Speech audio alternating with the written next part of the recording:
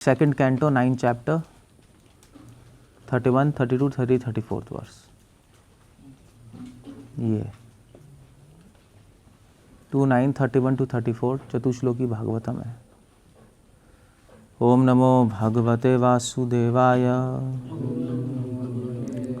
ओम नमो भगवते वासुदेवाय। ओम नमो भगवते वासुदेवाय।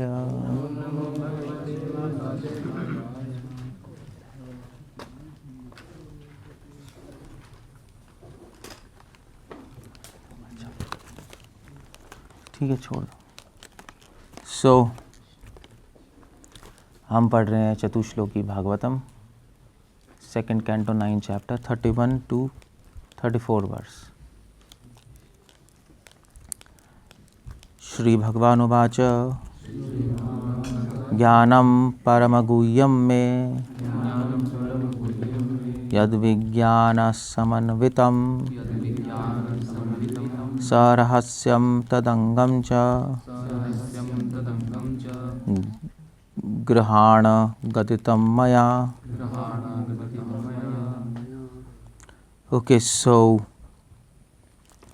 क्रिएशन के, सृष्टि के आदि में भगवान ने ब्रह्मा जी को 4 श्लोक दिए। ओरिजिनल भागवतम ये है। इन 4 श्लोकों पे मेडिटेट करके ब्रह्मा जी ने इसको 100 में कन्वर्ट किया, 100 में। वो 100 श्लोक उन्होंने नारद मुनि को दिए।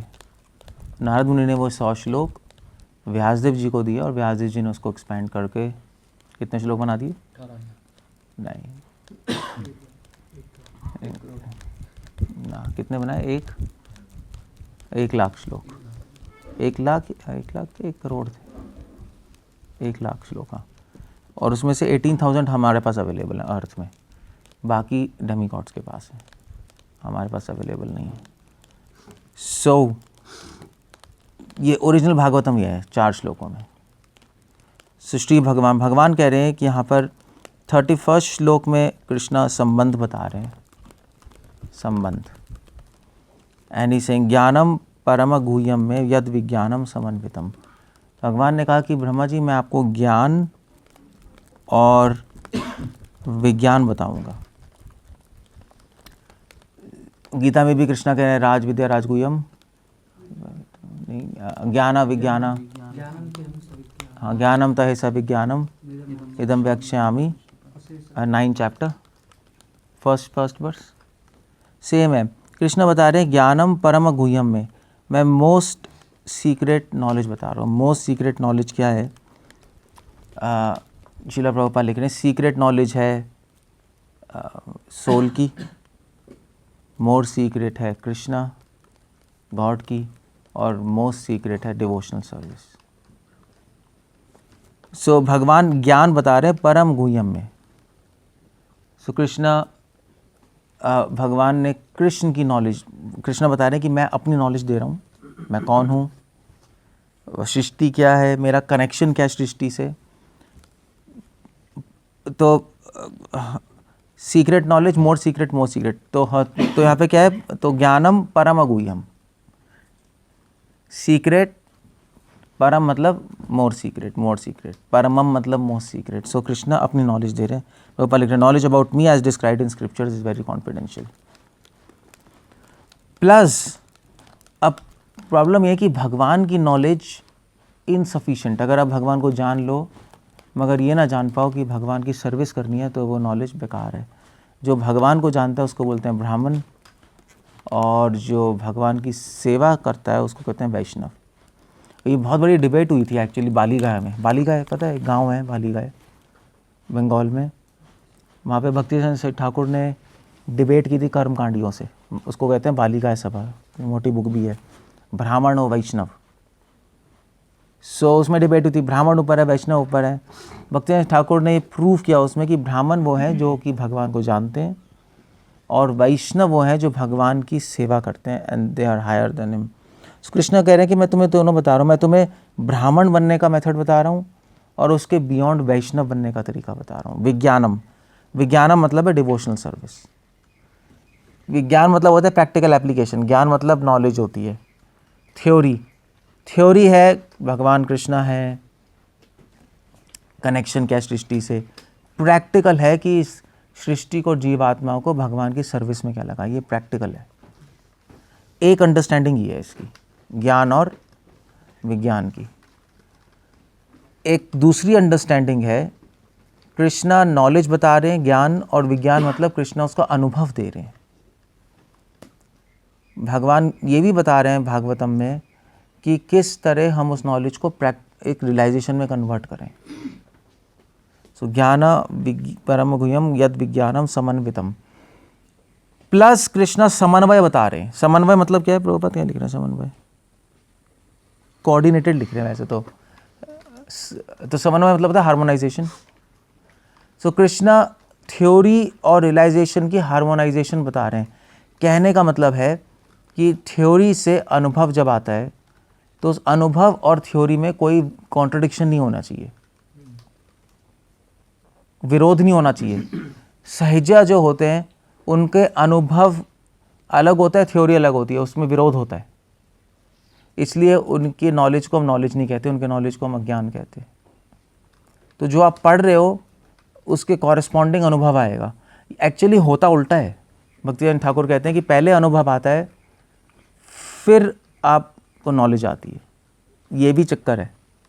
अभी ऐसे आप सीख रहे हो नॉलेज, मैं आत्मा हूँ, भगवान का नाम भगवान खुद हैं, सुनते सुनते सुनते पे प्रैक्टिस करते करते धीरे धीरे मैं अनुभव आ जाएगा, मैं बॉडी से अलग हूँ, भगवान का नाम भगवान खुद है।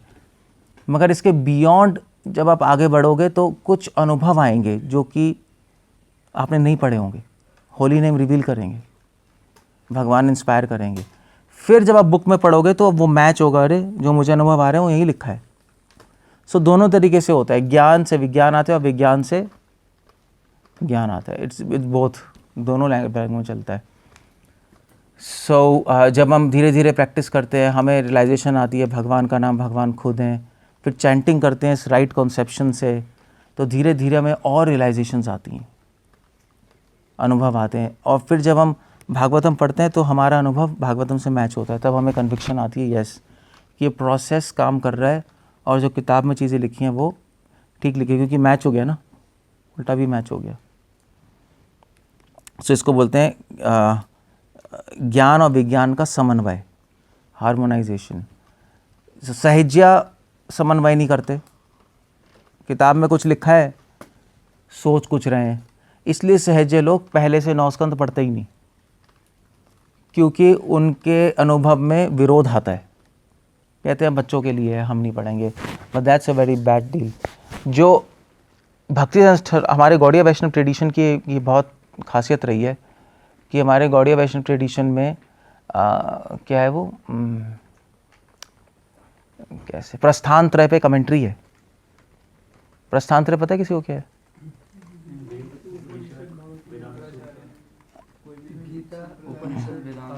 हाँ, गीता, उपनिषद और वेदांत सूत्र, 3 चीज़ें हैं। तो इन तीनों पे कमेंट्री है। अब ये बहुत अजीब सी बात है क्योंकि चैतन्य महाप्रभु का जो थियोलॉजिकल सिस्टम है, जो हमारा फिलॉसफिकल सिस्टम है, उसमें जनरली प्रेम और भावनाओं की बात है। अब उस प्रेम को वेदांत सूत्र में, गीता में और उपनिषदों में दिखाना एक बहुत बड़ा प्रोजेक्ट है, क्योंकि रामानुज संप्रदाय में, मध्व संप्रदाय में उन्होंने भी कमेंट्रीज लिखी, मगर वो उस प्रेम को उन कमेंट्रीज में ला ही नहीं पाए, क्योंकि वहाँ से निकालना बड़ा मुश्किल है, सिंथेसाइज करना। मोक्ष तक रुक गए वो बस। बाकी फिर रामानुज संप्रदाय में उन्होंने कहा चलो वेदांत सूत्र है, कमेंट्रीज पढ़ो मोक्ष तक, मगर पैरेलली आप वो पढ़ो दिव्य प्रबंधम, तो वहाँ पे आपको प्रेम का पता लगेगा। सो वहाँ पे थोड़ा स्प्लिट है, वेदांत सूत्र फिर उसके बाद नेक्स्ट लेवल पे जाने के लिए दिव्य प्रबंध। हमारे यहाँ नहीं है ऐसा। हमारे यहाँ प्रस्थान त्रय पे कमेंट्री, आप वेदांत सूत्र पढ़ लो कमेंट्री, गीता पे कमेंट्री पढ़ लो, उपनिषद पे पढ़ लो, इट्स ऑल लव। इसको बोलते हैं समन्वय। समन्वय ये महाप्रभु की स्पेशल गिफ्ट है। नमो महावदन्याय, या नमो महावदन्याय इसलिए क्योंकि चैतन्य महाप्रभु ने उस प्रेम का अनुभव उपनिषदों में, बल्कि एक्चुअली बलदेव विद्याभूषण तो यहाँ तक लिखते हैं कि उपनिषदिक लैंग्वेज, भक्ति सिंह ठाकुर भी कोट करते हैं बलदेव विद्याभूषण को कि उपनिषदिक लैंग्वेज ज्ञान नहीं है, जनरली ज्ञानियों की प्रॉपर्टी है उपनिषद नहीं। कहते वेदांत सूत्र ज्ञान, भक्ति कहते हैं no, Upanishad is a language of love. जैसे सूत्र ने अहम ब्रह्मास्मि, सो भक्तिनाथ ठाकुर कह देते हैं अहम ब्रह्मास्मि महाभाव श्रीमती राधा रानी का मंत्र है। अब कौन कहेगा, सब लोग कहते हैं मायावादियों का मंत्र है, बट भक्तिनाथ कहते हैं ये राधा रानी का मंत्र है, अहम ब्रह्मा अस्मि। क्यों? क्योंकि राधा क्या सोचती है महाभाव अवस्था में कि मैं कौन हूँ? हाँ, तो राधा रानी का ये मंत्र है। अभी किसी ने बोला ही नहीं, बल्कि भक्तिनाथ ठाकुर ने ये भी कहा कि अहम ब्रह्मास्मि जो है ये दीनता का प्रतीक है। मायावादी क्या बोलते हैं, मैं अहम ब्रह्मास्मि, ये तो पूरा अहंकार है। भक्तिनाथ ने कहा कि नहीं, ये रॉन्ग है, ये दीनता है। अहम ब्रह्मास्मि कि मैं कृष्ण का हूँ। You see the point. वो डिफरेंट तरीके से ब्रेक करते हैं। मैं ब्रह्म नहीं हूँ, मैं ब्रह्म कहाँ हूँ, आई बिलोंग टू ब्रह्म। तो ये दीनता नहीं है तो और क्या है? सो ये समन्वय है, ये हमारे आचार्यों ने किया है। कृष्ण कह रहे हैं मैं भागवतम में समन्वय करना सिखा रहा हूँ। भागवतम की ब्यूटी है, सुखदेव गोस्वामी ने प्रेम और फिलॉसफी को एक तरह से वीव किया हुआ है। वीविंग समझते, वीविंग कैसे कहेंगे? अब बुना है, प्रेम और फिलॉसफी को बुन गया है। और इसीलिए हम लोगों को तांत्रिक बोला जाता है। सात्वत तंत्र बोला जाता है। हम तांत्रिक क्यों? क्योंकि हम बुन देते हैं प्रेम और फिलॉसफी को साथ में। सो ज्ञानम परम गुह्यम में यद विज्ञानम समन्वितम, समन्वय। एक्चुअली व्यासा तीर्थ जो है ना मध्वा संप्रदाय के, तो उन्होंने एक बुक लिखी है तात्पर्य चंद्रिका, बहुत फेमस बुक है, सब पढ़ते हैं वहाँ मध्वा संप्रदाय में। तो उसमें बहुत अच्छी बुक है क्योंकि उसके अंदर मायावादियों को खंडन किया है बहुत इजी फॉर्म में। तो वो अपनी तात्पर्य चंद्रिका में एग्जाम्पल देते हैं कि अगर दो गाय लड़ रही हैं तो क्या करना चाहिए? नहीं, अगर दो बैल लड़ रहे हैं तो क्या करना चाहिए? बैलों की लड़ाई देखिए, यू कांट स्टॉप, वो एक को दूसरे को मार के ही रहेगा, वो बैल नहीं रुकते। लड़ रहे हैं तो क्या करें? अरे आपके बैल हैं हमारे बैल हैं। तो जनरली जो मायावादी या और जितने भी फिलोसफर्स हैं वो एक बैल को मार देंगे, मगर वैष्णव उन दोनों बैल को अलग करेंगे और उनको अलग करेंगे, अलग अलग बांधेंगे बैल को, क्योंकि मार नहीं सकते, क्योंकि बैल हमारे। हाँ, एक्चुअली ये एग्जांपल क्यों देते हैं? क्योंकि उपनिषदों में और वेदांत सूत्र में और इवन गीता में भी बहुत सारे श्लोक एक दूसरे के विरोधी हैं। पूरा मतलब गीता ही पढ़ लो, भगवान अपनी बात काट रहे हैं बार बार, कितने श्लोकों में अपनी बात काट रहे हैं। धर्म संस्थापना अर्थाया सर्वधर्मान भक्त्या मामि जानाति आवांचास्मि तत्वतः सगुणान समतित्यान। भक्ति करने से गुणों को क्रॉस कर जाओगे। और फिर ब्रह्मभूत प्रसन्न आत्मा न शोचति न कांक्षमा सर्वेषु भूतेषु मद भक्ति, तीनों को क्रॉस करके मेरी भक्ति मिलेगी। पूरा विरोध चल रहा है। सो उपनिषदों में भी ऐसी है, कहीं साकार कहीं निराकार। तो हमारे आचार्य उसका समन्वय करते हैं, उन दोनों को मारते नहीं, उन दोनों को बैलों को जिंदा रखते हैं श्लोकों को, और फिर एक निष्कर्ष निकालते हैं, कंक्लूजन निकालते हैं। सो क्वेश्चन ये है कि शास्त्रों में विरोध क्यों आ रहा है? कभी कुछ कह रहे हैं फिर उसका उल्टा कुछ कह रहे हैं, ऐसा क्यों हो रहा है? क्लियर क्यों नहीं कर देते स्ट्रेट फॉरवर्ड? ऐसे क्यों कर रहे हैं लोग? क्या कंफ्यूजिंग कर रहे हैं? अलग अलग परिप्रेक्ष्य से बोल रहे हैं। परिप्रेक्ष्य नहीं, अलग अलग अधिकार, परिप्रेक्ष्य अलग अलग अधिकार के लोगों के लिए बोला जा रहा है। एक बात ये, डिफरेंट लेवल्स ऑफ पीपल। इसलिए जनरली विरोध आता है शास्त्रों में। मगर हाँ, एक तो पॉइंट है। दूसरा पॉइंट, अभी तो श्लोक की बात कर रहा हूँ मैं, आपकी बात सही है, वो अलग बात है। और विरोध क्यों है? विरोध इसलिए है क्योंकि ये उपनिषद और Gita it's a language of love, इसलिए विरोध आ रहा है। प्रेम में जनरली चीज़ें उल्टी आती हैं। श्री कृष्ण कह रहे हैं सर्वधर्मान परित्यज्य, कह रहे धर्म संसार न अर्थाया नहीं। सो जब प्रेम सर्वधर्म परित्यज्य क्या है? प्रेम ही तो है। कृष्ण कह रहे हैं leave all dharma surrender to me, love me, है ना, then you will understand what is dharma. उनका प्रपोजल ही है।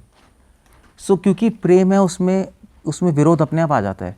जैसे जैसे एक प्रेमिका अपने प्रेमी को बोलेगी आई लव यू, नहीं मॉर्निंग में, इवनिंग में क्या बोलेगी? या आई हेट यू। बट उसका आई हेट यू भी क्या है? उसका आई हेट यू भी प्रेमी को अच्छा लगेगा। Lover will like yes yes, ठीक है, और बोलो मुझे I hate you, I like that. So क्योंकि ये लव की भाषा है इसलिए इसमें कॉन्ट्रडिक्शंस आती हैं। और ये जो विरोध हो रहे हैं शास्त्रों में, जैसे कहीं साकार कहीं निराकार, इससे आचार्य सीधा प्रूव कर देते हैं कि यहाँ पे प्रेम सब्जेक्ट मैटर है, यहाँ पे नॉलेज लॉजिक सब्जेक्ट मैटर नहीं। क्योंकि लॉजिक होगा तो फिर तो कॉन्ट्राडिक्टरी चीज़ें नहीं होनी चाहिए, नहीं, सब क्लियर होना चाहिए। ये एक बहुत बड़ा पॉइंट है। इसको बोलते हैं समन्वय। इसको इंग्लिश में बोलते हैं हार्मेन्यूटिक्स। ओ देयर वाज सेमिनार इन हार्मेन्यूटिक्स ना, चल रहा। हार्मेन्यूटिक्स, हार्मेन्यूटिक्स मतलब हार्मोनाइज करना दो विरोधी चीज़ों को। मगर वो हार्मोनाइजेशन भागवतम कर सकती है, क्योंकि भागवतम पेवतम भागवतम, हाँ, वो बिना प्रेम बिना रस के नहीं हो सकता हार्मोनाइजेशन। इसलिए कोई भी नहीं कर पाया। कुछ मायावादी बन गए, कुछ कर्मकांडी बन गए, कोई न्याय कोई वैश्य का, क्योंकि लॉजिक लगा रहे थे। लॉजिक से नहीं हो सकता है काम, असंभव है। जब बच्चा रोता है माँ का, तो माँ क्या करती है? उसको थप्पड़ मारती है, फेंक देती है, उसको गले से लगा लेती है, नहीं, और प्रेम करती है कि वो चुप हो जाए। ऐसे ही जब विरोध आता है शास्त्रों में, तो उसको सॉल्व करने का तरीका क्या है? प्रेम। जब शास्त्र रो रहे होते हैं तो क्या करना चाहिए? प्रेम। प्रेम से सॉल्व होती है, वरना सॉल्व नहीं हो सकती कथा। इसलिए कह रहे हैं ज्ञानम परमम गुह्यम में यद विज्ञानम समन्वितम। परमम गुह्यम का एक और मतलब है ज्ञानम परमम गुह्यम। कैसी नॉलेज बता रहे हैं? Secret knowledge. सीक्रेट नॉलेज है प्रेम का, प्रेम की नॉलेज, लव। लव क्यों सीक्रेट है? क्योंकि वेदांत सूत्र, गीता और उपनिषदों में, प्रस्थान त्रय में ये एक्सप्लिसिटली कैसे कहेंगे? एक्सप्लिसिटली मतलब बाहर निकाल के नहीं बताई गई, छुपी हुई है उसके अंदर। वेदेषु दुर्लभम, सो भक्ति वेदों के लिए दुर्लभ है। भक्ति और प्रेम, स्पेशली प्रेम छुपा हुआ है वहाँ कहीं।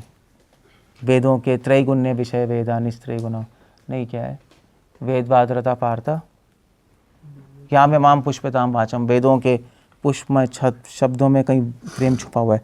इसलिए कृष्ण कह रहे हैं अब ब्रह्मा जी, मैं आपको ये सब्जेक्ट मैटर बता रहा हूँ जो बहुत सीक्रेट कॉन्फिडेंशियल सब्जेक्ट मैटर है, और उसका समन्वय भी बताऊँगा कि किस तरह उसको प्राप्त करना है, प्रेम, और प्रेम को प्राप्त कैसे करना है। प्लस सह रहस्यम तदंगम च। अब इसका मतलब क्या है? मैं आपको उस प्रेम का रहस्य भी बता रहा हूं और उसके अंग भी बता रहा हूं। सो ये क्या है? ये क्या चीज है? ये रहस्य और अंग कौन बताएगा? प्रेम का रहस्य और प्रेम के अंग।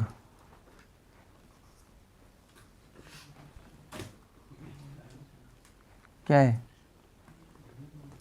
कुछ आइडिया? वेल, सरहस्य, प्रेम का रहस्य है रागनों का भक्ति। सारे आचार्य ऐसे लिख रहे हैं।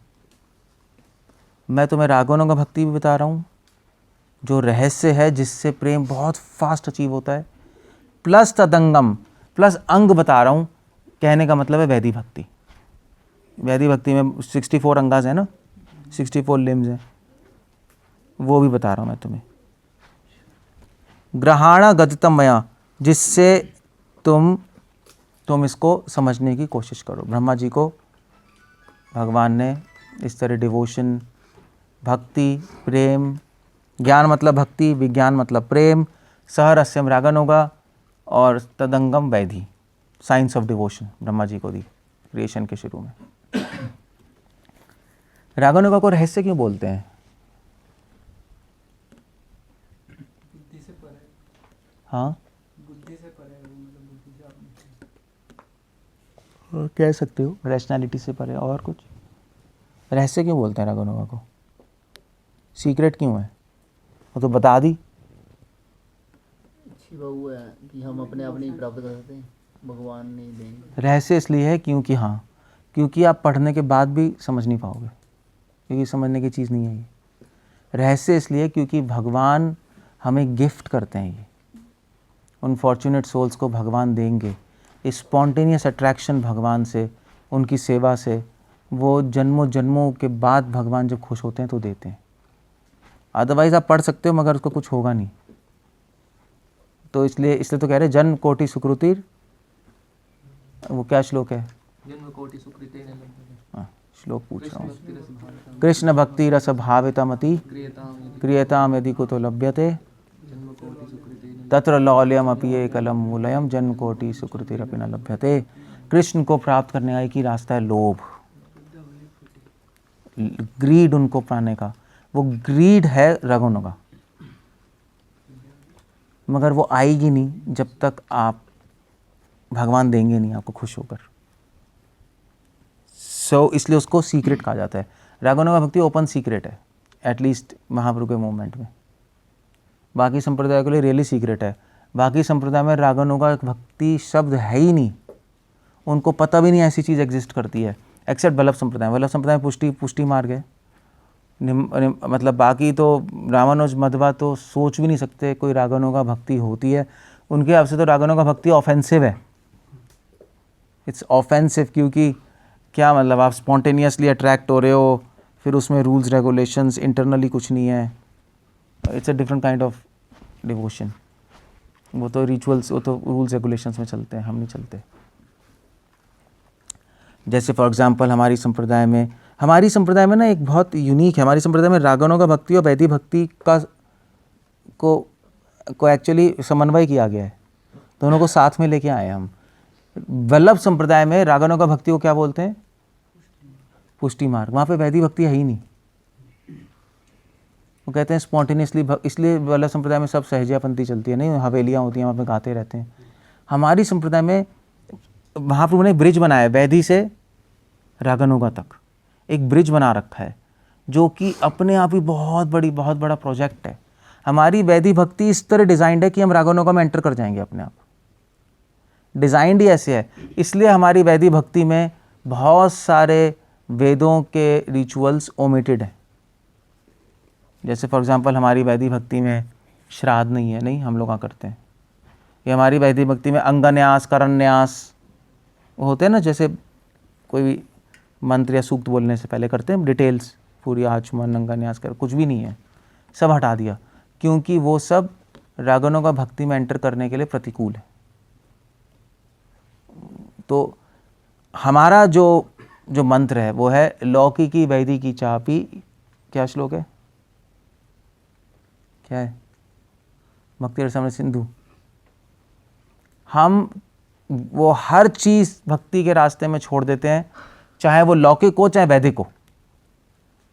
अगर वेदों में भी कोई चीज़ है, अगर वो हमें ब्लॉक कर रही है रागानुगा में जाने के लिए, हम छोड़ देते हैं। ये बहुत बड़ी बात है, क्योंकि बाकी संप्रदाय मानेगी नहीं। आप वेदों की चीज़ कैसे छोड़ सकते हो? नहीं, जैसे वेदों में प्रायश्चित लिखा है, हम कहते हैं कोई ज़रूरत नहीं है, नहीं यही है ना। तो महाप्रभु ने कहा कोई ज़रूरत नहीं है, it is blocking to go us, हमें ब्लॉक कर रही है रागानुगा भक्ति में एंटर करने के लिए। तो वैदिक भक्ति हमारी डिज़ाइंड है कि हम रागानुगा भक्ति में एंटर कर जाएं, मगर वो तब करेंगे एंटर जब हम वैदिक भक्ति की स्पिरिट में प्रैक्टिस कर रहे होंगे। जब वैदिक भक्ति प्रैक्टिस कर रहे होंगे एक हायर लेवल पे जाने के लिए, तब वो काम करेगी हमें नेक्स्ट लेवल पे जाने के लिए। अगर हम वैदिक भक्ति सिर्फ रिचुअल्स की तरह फॉलो करते रहेंगे तो पूरी लाइफ कुछ भी नहीं होगा, कुछ भी नहीं होने वाला, हम वहीं अटके रहोगे बस। ये इसलिए पॉइंट समझना बहुत ज़रूरी है। सह रस्यम तदंगम च ग्रहाणा गदितम मया। भगवान ने दोनों दिए थे शुरू में, और दोनों का अपना अपना रूल है। तो ऐसा नहीं हम वैदिक भक्ति छोड़ के रागानुगा भक्ति में आते हैं, वो भी गलत है। ये जो सिस्टम है वैदिक भक्ति छोड़ के रागानुगा में आ जाओ, ये सिस्टम राधा कुंड वालों का है। ये वैदिक भक्ति छोड़ दो, रागानुगा में आ जाओ। वैदिक भक्ति तो चलो हो गई तुम्हारी, बहुत साल वैदिक भक्ति प्रैक्टिस कर ली, छोड़ दो, वहाँ आ जाओ सीधा। नौ, हमारा सिस्टम है गौड़िया वैष्णव का कि वैदिक भक्ति प्रैक्टिस करते रहो और इतनी अच्छी तरह प्रैक्टिस करो कि जब भगवान खुश हो जाएंगे तो अपने आप रागनुगा भक्ति दे देंगे, with a desire to enter रागनुगा भक्ति। ये आइडिया है।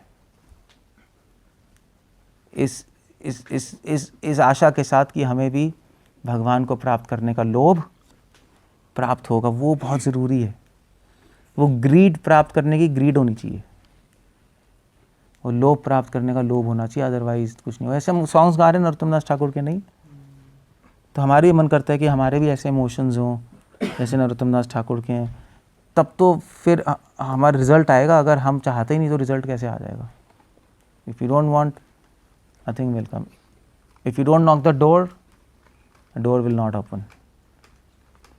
बस सिंपल है, आप खड़े रह जाओगे बाहर।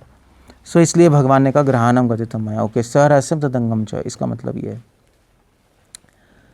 फिर टेक्स्ट 32 में कृष्णा अब बता रहे हैं यहाँ पर, तो ये भी संबंध ज्ञान है। 2 श्लोक संबंध ज्ञान के हैं, 31-32। कृष्ण कह रहे हैं यावान अहम यथा भावो यद रूप गुण कर्म कहा।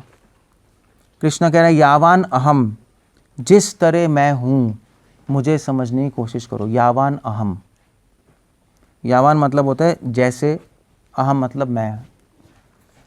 Try to understand me as I am. ये बहुत इम्पॉर्टेंट है, क्योंकि जनरली हम लोग भगवान को समझने की कोशिश करते हैं अपने कॉन्सेप्शन से। भगवान कह रहे हैं मुझे समझने की कोशिश करो जैसे मैं हूँ।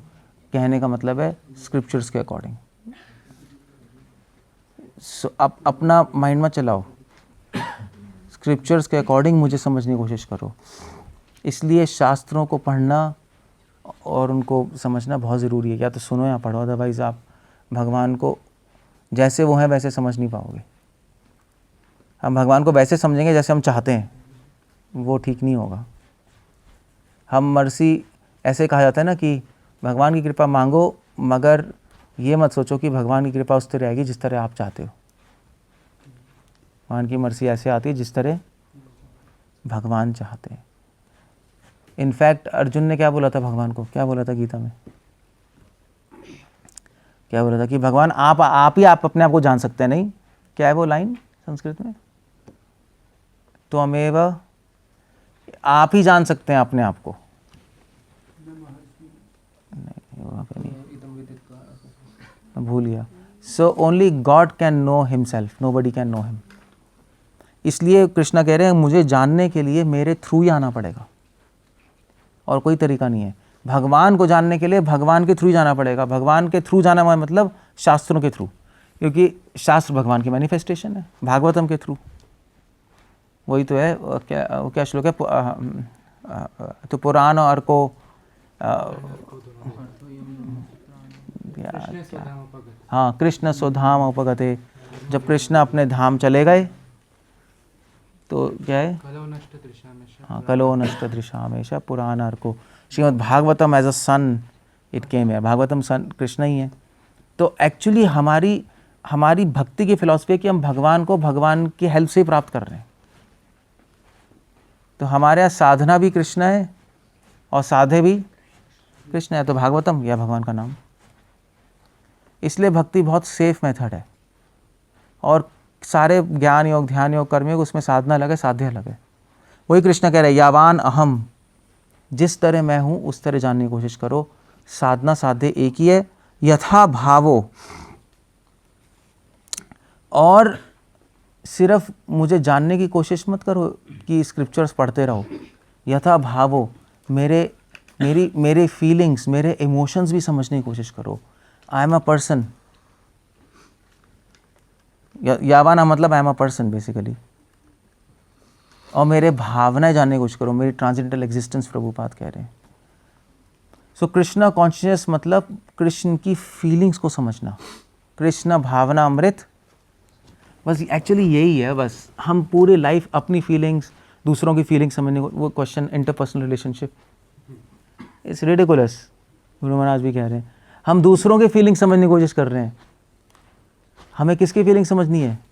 अगर कृष्ण की फीलिंग्स हम अप्रिशिएट करने लगेंगे, अपने आप सबसे अच्छा रिलेशनशिप हो जाएगा, अपने आप हो जाएगा। अगर आपको कृष्ण से इंटरैक्ट करना आ गया तो अपने आप सबसे आ जाएगा। क्योंकि सबसे सेंसिटिव रिलेशनशिप किसके साथ है हमारा? भगवान के साथ। अब आपको अनुभव रियलाइज है या नहीं वो बात अलग है। सबसे सेंसिटिव रिलेशनशिप कृष्ण के साथ है, क्योंकि कृष्ण बहुत सेंसिटिव है। अगर आपने थोड़ा सा भी इधर उधर कर दिया तो क्या होगा? कृष्ण नाराज। नाराज से पहले, नाराज जल्दी नहीं होते, नाराज हो सकते हैं, बट नाराज जब होंगे जब आपने बहुत कुछ इधर उधर कर दिया। अगर थोड़ा सा इधर उधर गया तो क्या करेंगे? हैं? थोड़े घूस कर देंगे, रूठ जाएंगे। ये वर्ड भी करते हैं, रूठ जाएंगे यार, ये भी हो सकता है। रूठ जाएंगे को इंग्लिश में क्या कहते थोड़ा सा किस्सा मैडम, हैं? नहीं, रूठना ना एक वैसा वर्ड है। अच्छी तरह रूठना, अपसेट, मतलब वो एक रियल अपसेट नहीं। रूठना मतलब it is upsetting in love. हाँ, वो है रूठना, वो अलग है। It's not like teacher. रूठना मतलब एक ये अपसेट नहीं हो रहा है। अपसेट तो बॉस भी हो सकता है, ये प्रेमी अपसेट हो रहा है। इसका वर्ड क्या इंग्लिश में मुझे नहीं पता, बट या सो दैट्स द आइडिया। सो बहुत सेंसिटिव रिलेशनशिप है। आपने थोड़ा सा इधर उधर किया, भगवान रूठ जाएंगे। या भगवान की नेचर है कि भगवान शर्मा जाते हैं, वो इंटरैक्ट करना थोड़ा सा पीछे हो जाएंगे। सो अगर भगवान, Krishna is God of love, उनके साथ इंटरैक्शन आ गई तो आप किसी के साथ भी इंटरैक्शन कर सकते हो। इंटर रिलेशनशिप प्रॉब्लम खत्म। दैट वाज अ, तभी महाराज कह रहे थे कि you serve Krishna and you understand Krishna. So मुझे लगता है कि जो इंटरपर्सनल रिलेशनशिप की यहाँ पर है कि भगवान की फीलिंग्स हम समझने की कोशिश करें तो अपने आप सबकी फीलिंग्स अपने आप कैप्चर हो जाएगी, कोई प्रॉब्लम। इसलिए प्रभुपाद डिवोटीज मतलब कितना केयर करते थे, लव भी करते अपने डिवोटीज को। प्रभुपाद अपने फीमेल डिसाइबल्स के लिए साड़ी ला रहे हैं। You see it was unheard, सन्यासी साड़ी ला रहा है। और उनकी जो प्रभुपाद की फीमेल डिसाइपल जमुना माता जी, उन्होंने कभी साड़ी देखी नहीं। प्रभुपाद उनको पहन के दिखा रहे थे ऐसी पहननी है। ट्रेनिंग हो रही थी sari wearing session. So he was asking कैसा है, कैसी हेल्थ है, क्या चल रहा है अपने डिवोटीज से। क्यों? क्योंकि श्रील प्रभुपाद का रिलेशनशिप किससे था? कृष्ण से। वो भगवान की फीलिंग समझ रहे हैं। That's idea. इसलिए कृष्ण कह रहे यथा भावो। कृष्ण कह रहे मुझे समझो, मगर मेरे एसेंस, किसी भी व्यक्ति का एसेंस क्या? उसकी फीलिंग्स ही तो है नहीं? पर्सन को पर्सन कौन बनाता है? फीलिंग्स, अदरवाइज वो रोबोट हो आप। सो कृष्ण कह रहे मेरी फीलिंग समझो, यथा भावो। मेरी फीलिंग्स यद रूप गुण कर्म का, मेरी फीलिंग्स जो है, मेरी फीलिंग्स मेरे फॉर्म में एक्सप्रेस होती है। भगवान खड़े होते हैं श्याम सुंदर रूप में, नहीं त्रिभंग। क्यों खड़े होते हैं? To impress. किसको इम्प्रेस कर रहे हैं? गोपियों को। वरना ऐसे क्यों खड़े होंगे? क्योंकि यशोदा माँ के सामने थोड़े ना खड़े होंगे ऐसे। He'll not stand like that. कहेंगे क्या हो गया? He's standing in front of gopis. So वो अपने फॉर्म में फीलिंग्स एक्सप्रेस करते हैं। जब अघासुर मारने आया तो कृष्णा ऐसे खड़े हुए थे अपना आराम से। कृष्णा के हाथ में लोटस था, प्रभुपाद लिख रहे हैं इंट्रोडक्शन में, एक हाथ से लोटस घुमा रहे थे और ऐसे खड़े हुए थे बस, और अपना टर्बन सेट कर रहे थे। ये वाज अ पोस्चर। मधुमंगल समझ गए कृष्णा ऐसे क्यों खड़े हैं, क्योंकि गोपियाँ उनको छुप के देख रही थी। So he was interested in killing this demon. ये एक डीमन तो सब मच्छर हैं, कीड़े हैं, उनको तो ऐसे ही मार दें। हाँ, कंसीव करना मुश्किल है कि त्रिभंग जो रूप है वो कैसे होता है। अगर कोई नॉर्मल आदमी खड़ा हो जाए तो ऐसा लगता है। क्या कह रहे हो? ऐसी तो पीते हैं सिगरेट ऐसे पैर करके, ऐसी तो होता है, ऐसी होता है मूवीज में, और क्या होता है? ऐसी होता है, पैर ऐसे करके नहीं, ऐसे करके खड़े, ऐसे होते हैं, पिक्चरों में दिखाते हैं। हाँ, सेम ऐसे ही स्मार्ट लगते हैं। त्रिभंग, that's the most attractive posture. जैसे खड़े हो ना, त्रिभंग रूप। हाँ, सामुद्र शास्त्र में लिखा है। लोग भी ऐसे खड़े होते हैं, नहीं पिक्चर में होता ही नहीं है। ऐसे ही खड़े होते हैं, हीरो भी ऐसे। राजेश खन्ना नहीं था ऐसे ऐसे करके टेढ़ा सर। It's like that, it's always like that. Hero भी ऐसे टेढ़ा सर करके देखता है। It's always like that. So भगवान अपने फॉर्म, भगवान के फॉर्म को देखना इंपॉर्टेंट नहीं है, उस फॉर्म में क्या फीलिंग एक्सप्रेस कर रहे हैं वो इंपॉर्टेंट है। सब फीलिंग से खेल है बस। इसलिए कहीं डीटीज़ हैं, डीटीज़ में भगवान के अलग अलग पोस्चर हैं, उसमें क्या फीलिंग्स, ऐसे महाप्रभु ऐसे खड़े हैं, कभी महाप्रभु ऐसे खड़े हैं, आपने देखा है गौड़ मंडल में ऐसे भी होता है, कभी महाप्रभु ऐसे हैं, उन सारे पोस्चर्स में अलग अलग फीलिंग्स हैं और उसको अप्रिशिएट करना बहुत ज़रूरी है। तब माइंड लगेगा, ऐसे देख लोगे तो माइंड क्या लगेगा, आप इसका मतलब आपने पर्सन से कनेक्ट नहीं किया है, आप एक मशीन से कनेक्ट होकर आ गए हो। सो ये रूप गुण भगवान के हर क्वालिटीज़ में कुछ ना कुछ फीलिंग्स हैं, है नहीं, भक्त वात्सल्य, सत्य, दक्ष, क्षमा, क्वालिटीज़ बिना फीलिंग से क्या होती हैं।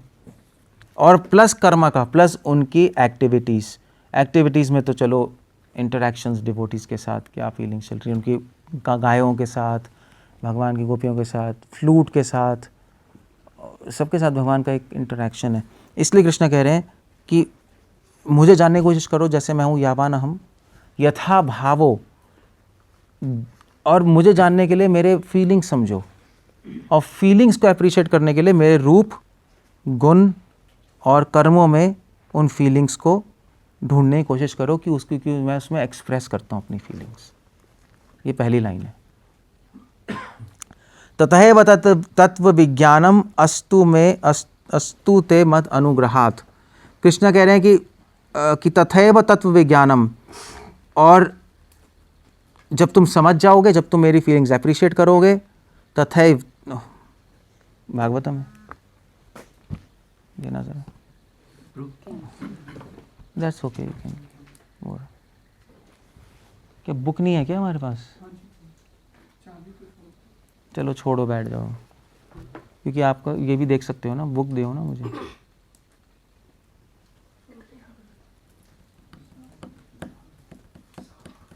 लेके आ जाओ बुक, सेकंड। सो तथैव तत्व विज्ञानम, तत्व विज्ञान, जब तुम मेरी फीलिंग्स अप्रिशिएट करने लगोगे मेरे रूप गुण कर्म में, भागवतम के अकॉर्डिंग, भागवतम में ये सब, तब तत्व विज्ञानम, तब अपने आप फिलॉसफिकल कंक्लूजन्स अपने आप प्रकट हो जाएंगे तुम्हारे हृदय में। फिलॉसफी अलग से जानने की ज़रूरत नहीं है, अपने आप सिद्धांत आ जाएगा। तत्व विज्ञानम, तत्व, तो रूल ये है कि रस को अप्रिशिएट करने से तत्व अपने आप समझ आने लगता है, और तत्व को समझने से रस में एंटर करने में हेल्प होती है। तो हमारा प्रोसेस एक इंटेलेक्चुअल प्रोसेस कम है, बट रिलिशमेंट का प्रोसेस ज़्यादा है, ये भक्ति है। पिबतम भागवतम, हम पीते हैं, हम समझते नहीं। रूपा गोस्वामी नहीं लिख रहे कि कैसे, पिबतम भागवतम, पिबतम भागवतम, नहीं एक मिनट, पिबतम भागवतम रसमालम है ना, पिबतम पियो भागवत को।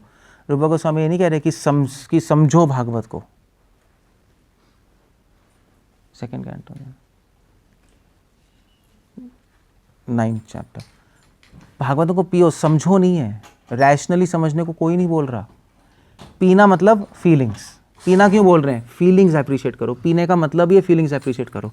मतलब हम लोग बोलते नहीं कि मैं उसकी सुंदरता को पी रहा हूँ, कहते नहीं है, सुना है? सुंदरता को समझ रहा हूँ, ये नहीं होता। सो तथैव तत्व विज्ञानम, ओके, दे दो प्रभु उसको, वो देख लेंगे अपना, अदरवाइज दे विल जस्ट, एक सेकेंड। 9th चैप्टर, ये रहा, ये खुला ही हुआ, ओके। तथैव तत्व विज्ञानम, उसके बाद क्या है? बड़ी अच्छी बुक है। अस्तु ते मद अनुग्रहात्, कृष्णा कह रहे हैं जो भी ये होगा, मेरी फीलिंग्स को अप्रिशिएट करना और उसके बाद फिलॉसफी में एंटर करना। जब फीलिंग्स अप्रिशिएट करेंगे तो हार्ट प्योर होगा, हार्ट प्योर होगा तो हमें फिलॉसफी समझ आएगी। आप फिलॉसफी केवल न्याय संस्कृत पढ़ के नहीं समझ सकते, वो असंभव है।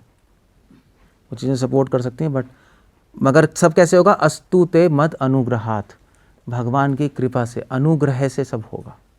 हमारा रास्ता मर्सी का है, हमारा रास्ता लॉजिक का नहीं है। शुड रिमेंबर, ऑलवेज रिमेंबर, यहाँ पे सब कुछ मर्सी है। और मर्सी पाने के लिए एक क्वालिटी है जिससे मर्सी मिलती है, क्या? हाँ, ह्यूमिलिटी। ह्यूमिलिटी से मर्सी मिलती है। अहंकारी व्यक्ति को कौन मर्सी देता है? Get lost, you know. इसलिए ह्यूमिलिटी और भक्ति सिनोनिम है। दीनता और भक्ति पर्यायवाची शब्द ही हैं बस।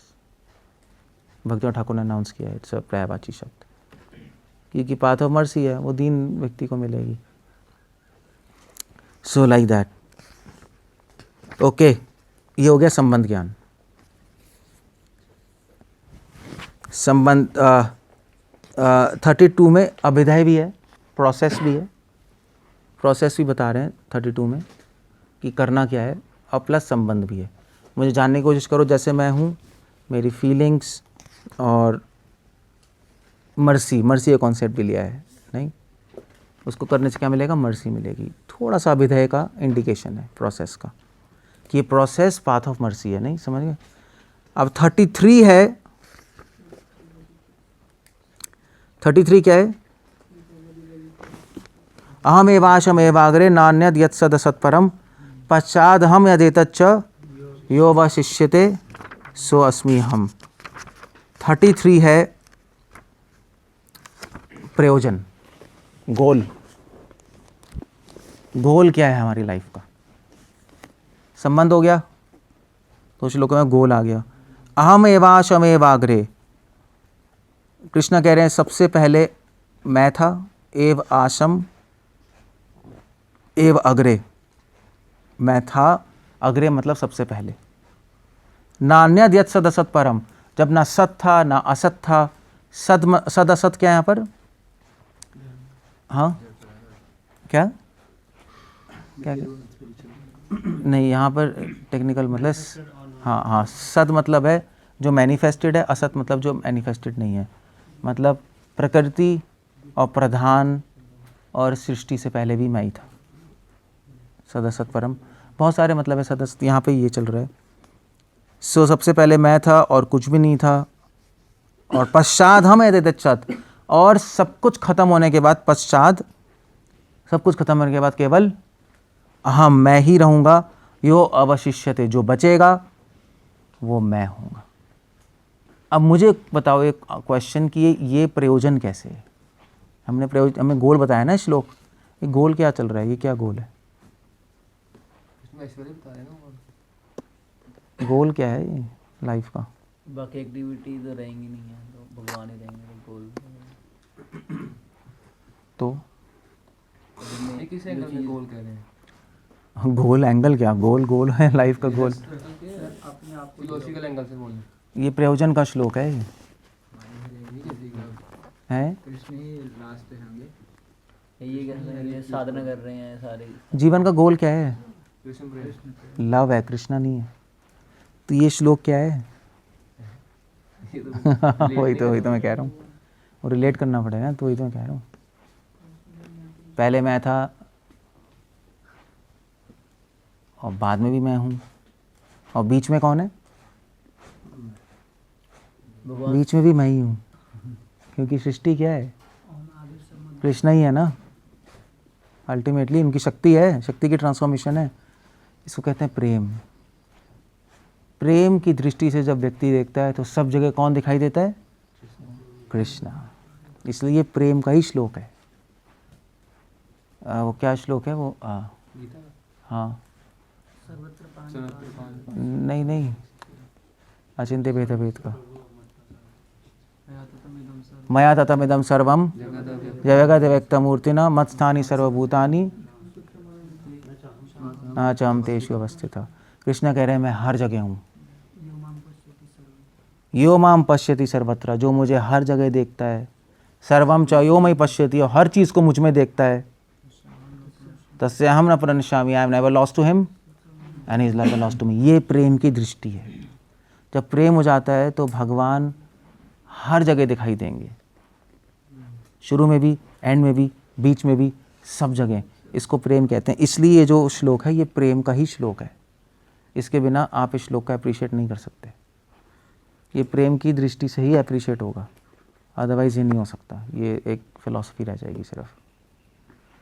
इसलिए ये प्रयोजन है।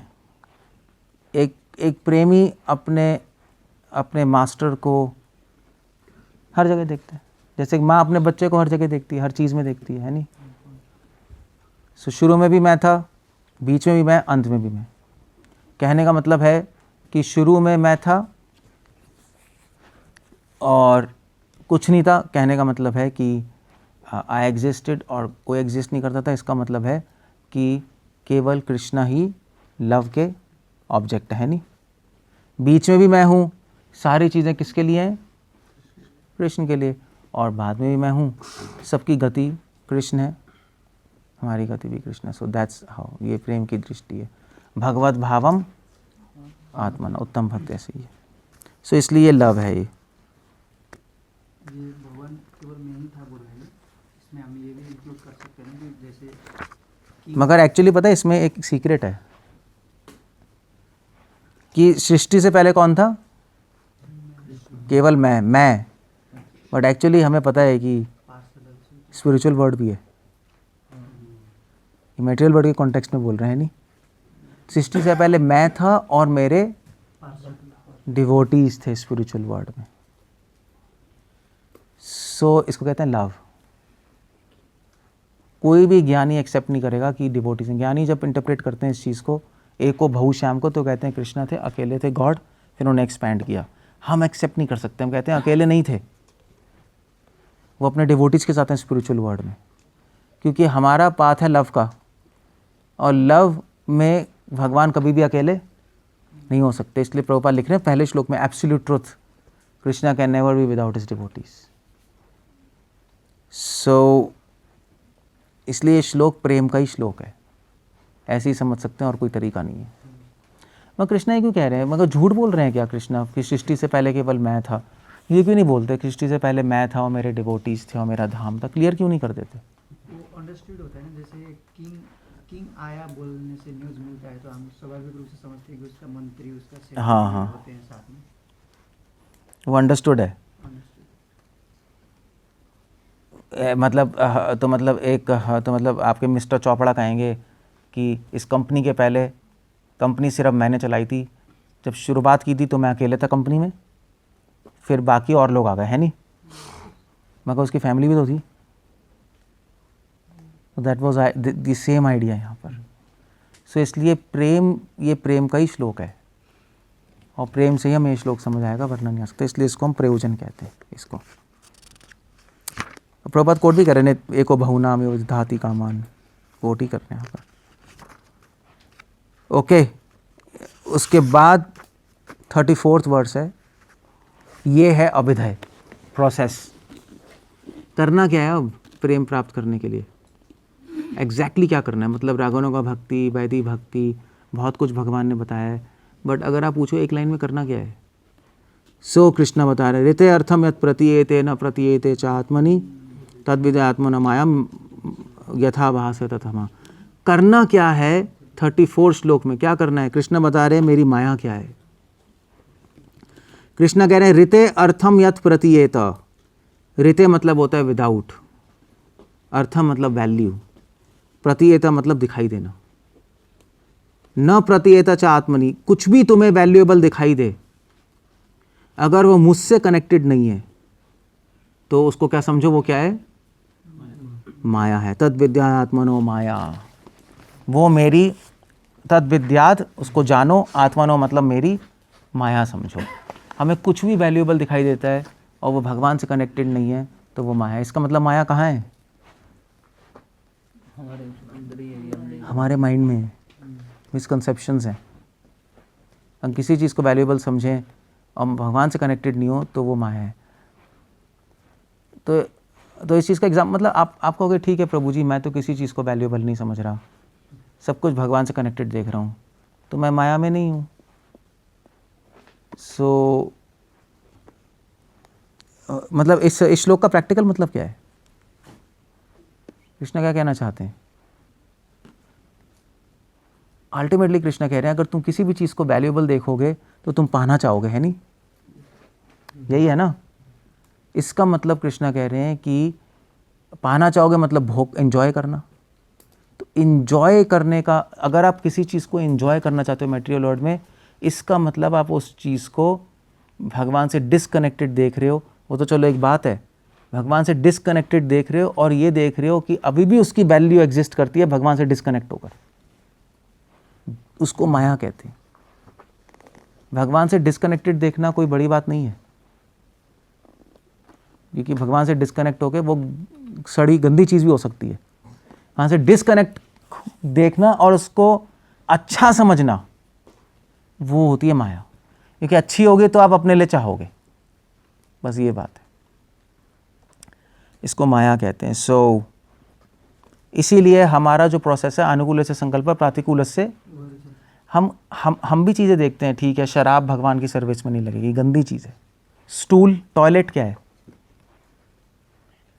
टॉयलेट नहीं लगा सकते भगवान की सर्विस में, मगर गंदी चीज़ है। क्लियर हो गया? सो ठीक है, वो माया नहीं है, वो माया नहीं है, क्योंकि हमने भगवान की सेवा, भगवान से कनेक्शन नहीं कर सकते, मगर है गंदी। You got my point?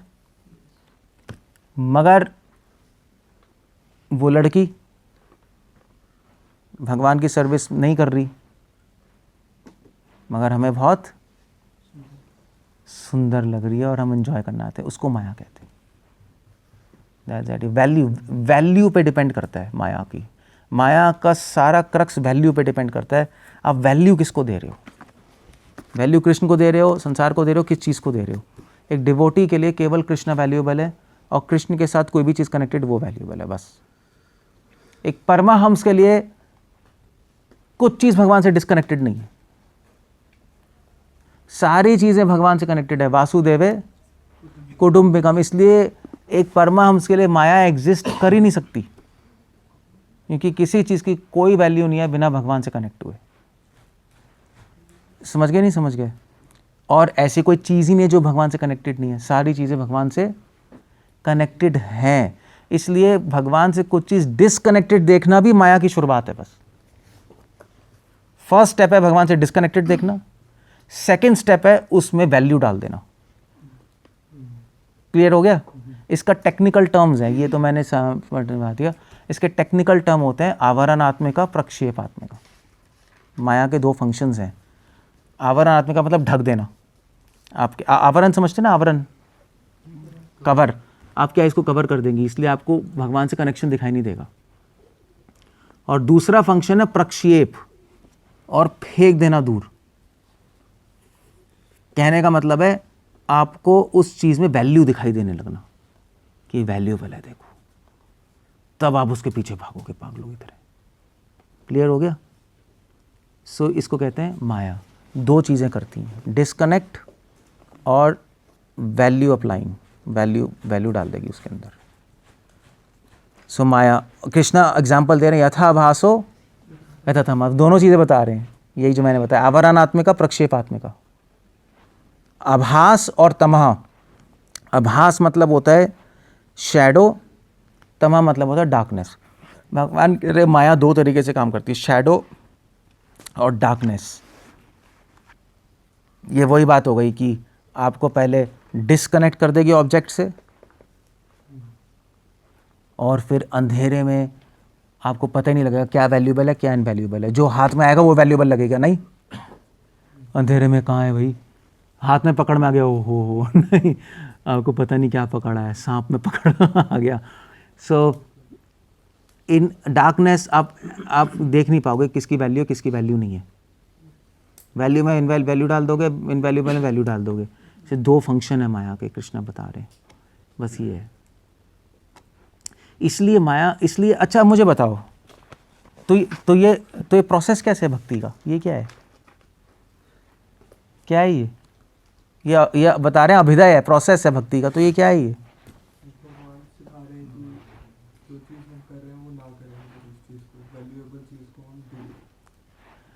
ये प्रोसेस ऐसे है, पहला स्टेप भक्ति का प्रोसेस है नो योर एनिमी। मैंने बताया था, अपने दुश्मन को समझने की कोशिश करो, वरना ये गेम हार जाओगे। ये प्रोसेस का पहला स्टेप है, और इसका प्रमाण है ये श्लोक। आपसे एविडेंस मांगेंगे, आप ये मत बोलना कि मैंने बोला है, दैट्स नॉनसेंस। भागवतम में श्लोक कोट करो, 2 canto 9 chapter 34 verse. Know your enemy, तभी अभिदय में माया की डेफिनेशन दे रहे हैं प्रोसेस में, पहला। दूसरा स्टेप क्या है प्रोसेस में? दूसरा स्टेप है कि आपको जो भी वैल्यूएबल चीज़ नज़र आ रही है उसकी वैल्यू एसेस करो और समझने की कोशिश करो उसमें कोई वैल्यू नहीं है, वैल्यूएबल नहीं है कुछ चीज़ बिना भगवान के, उसमें कोई वैल्यू नहीं है। इसको बोलते हैं वैराग्य। तभी तो कहते हैं रिलेशनशिप बेकार हैं, यही कहते हैं ना हम लोग, संसार बेकार है, ये नॉनसेंस है, एनवी है, लस्ट है। हम इस संसार में डिफेक्ट्स देख रहे हैं। डिफेक्ट्स देखने से वैल्यू ख़त्म हो जाती है उस चीज़ की, है नहीं? आप शादी करने गए, आपको लड़की आई बहुत सुंदर, बिल्कुल गोरी और शर्मा रही है, सब अच्छा है, और फिर आपने बात की, वेरी नाइस, फिर उसने घूंघट खोला तो क्या निकला?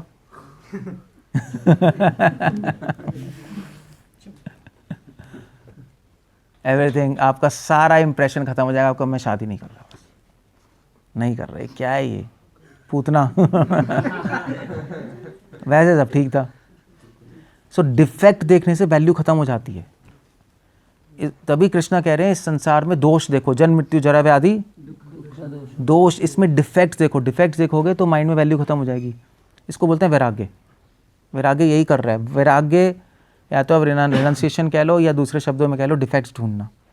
तो उससे वैल्यू, तो क्या कैसे कहते हैं वैल्यू को ख़त्म करना? इकोनॉमी में लैंग्वेज होता है, अरे हिंदी है, हाँ डेप्रिसिएशन कहते हैं, डेप्रिसिएशन कहते हैं, मनी की डेप्रिसिएशन हो जाती है। हाँ, तो आप इस मटेरियल वर्ल्ड की डेप्रिसिएशन कर रहे हो अपनी आंखों में, वैल्यू ख़त्म कर रहे हो, सेकंड स्टेप है। और थर्ड स्टेप क्या है? उल्टा करो ना माया का। उन सारी चीज़ों को आप क्या कर रहे हो? वैल्यूएबल चीज़ से कनेक्ट कर रहे हो। वैल्यूएबल कौन है? कृष्णा। उसको कहते हैं सर्विस। माया ही कर रही है ना, पहले डिस्कनेक्ट कर रही है फिर उसमें वैल्यू डाल रही है। पहले डिस्कनेक्ट कर रही है उस चीज़ को, फिर उस चीज़ में एप्रिसिएशन कर रही है, डेप्रिसिएशन उल्टा कर रही है। हम एक उल्टा कर देंगे, हम इसको पहले दोष समझ के डेप्रिसिएशन कर देंगे और फिर इसको कनेक्ट कर देंगे कृष्णा से, वैल्यूएबल चीज़ से। दैट्स उसको सर्विस कहते हैं। तो ये हमारा प्रोसेस है भक्ति का। हमारा प्रोसेस, जो भी हम चैंटिंग कर रहे हैं, जो भी कर रहे हैं, सब ये करने के लिए कर रहे हैं। हम सिर्फ राउंड्स नहीं घुमा रहे और सिर्फ कीर्तन नहीं गा रहे, हम एग्जैक्टली ये कर रहे हैं। हम उल्टा कर रहे हैं, माया ये कर रही है, हम माया का उल्टा जा रहे हैं। सो धीरे धीरे धीरे धीरे हम इल्यूजन से निकल जाएंगे। ये हमारा प्रोसेस है, ये हमारा प्रोसेस है, हम लिबरेट हो जाएंगे। कितनी अच्छी तरह भगवान ने एक्सप्लेन किया, नहीं? भगवान ने हमें एनिमी बता दिया, जो एनिमी कर रहा है उसको उल्टा करने लगो आप, भक्ति है वो। तभी तो कह रहे हैं नो द एनिमी, तभी यहाँ पे एनिमी के बारे में बता रहे हैं। वो क्या कर रही है माया, आप समझ लो, उसका उल्टा करो।